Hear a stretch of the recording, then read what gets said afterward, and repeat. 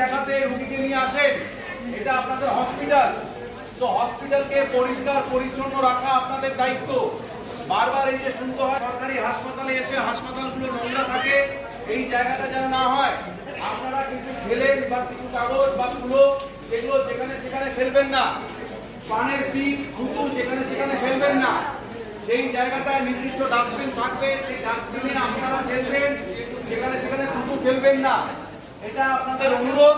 এই হসপিটালটা যতটা ডাক্তারদের, যতটা আমাদের, ঠিক ততটাই আপনাদের, কারণ আপনারা সুস্থ হতে এখানে আসেন। তাই এই জায়গাটা এনশিওর করা, নিশ্চিত করা আপনাদের দায়িত্ব।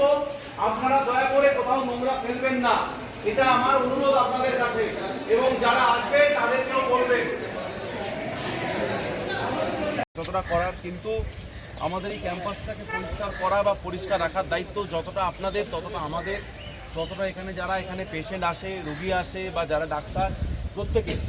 তো এই জায়গাটা বারবার শুনতে হয় যে সরকারি হাসপাতাল কেন পরিষ্কার নয়, কেন এত নোংরা। তো সেই জিনিসটা শুনতে খারাপ লাগে।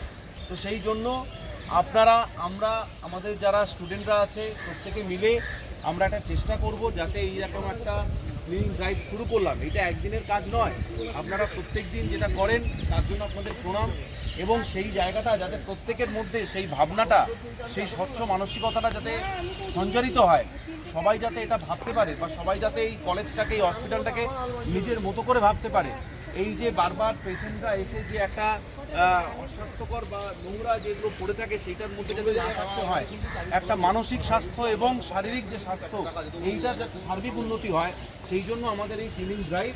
এবং সেই জায়গা থেকে আমরা শুরু করছি। তবে এটা একদম পরিষ্কার কথা বলতে চাই যে এটা শুধুমাত্র একদিনের কাজ নয়, এটা আমাদের দৈনন্দিন প্র্যাকটিসের মধ্যে রাখতে হবে।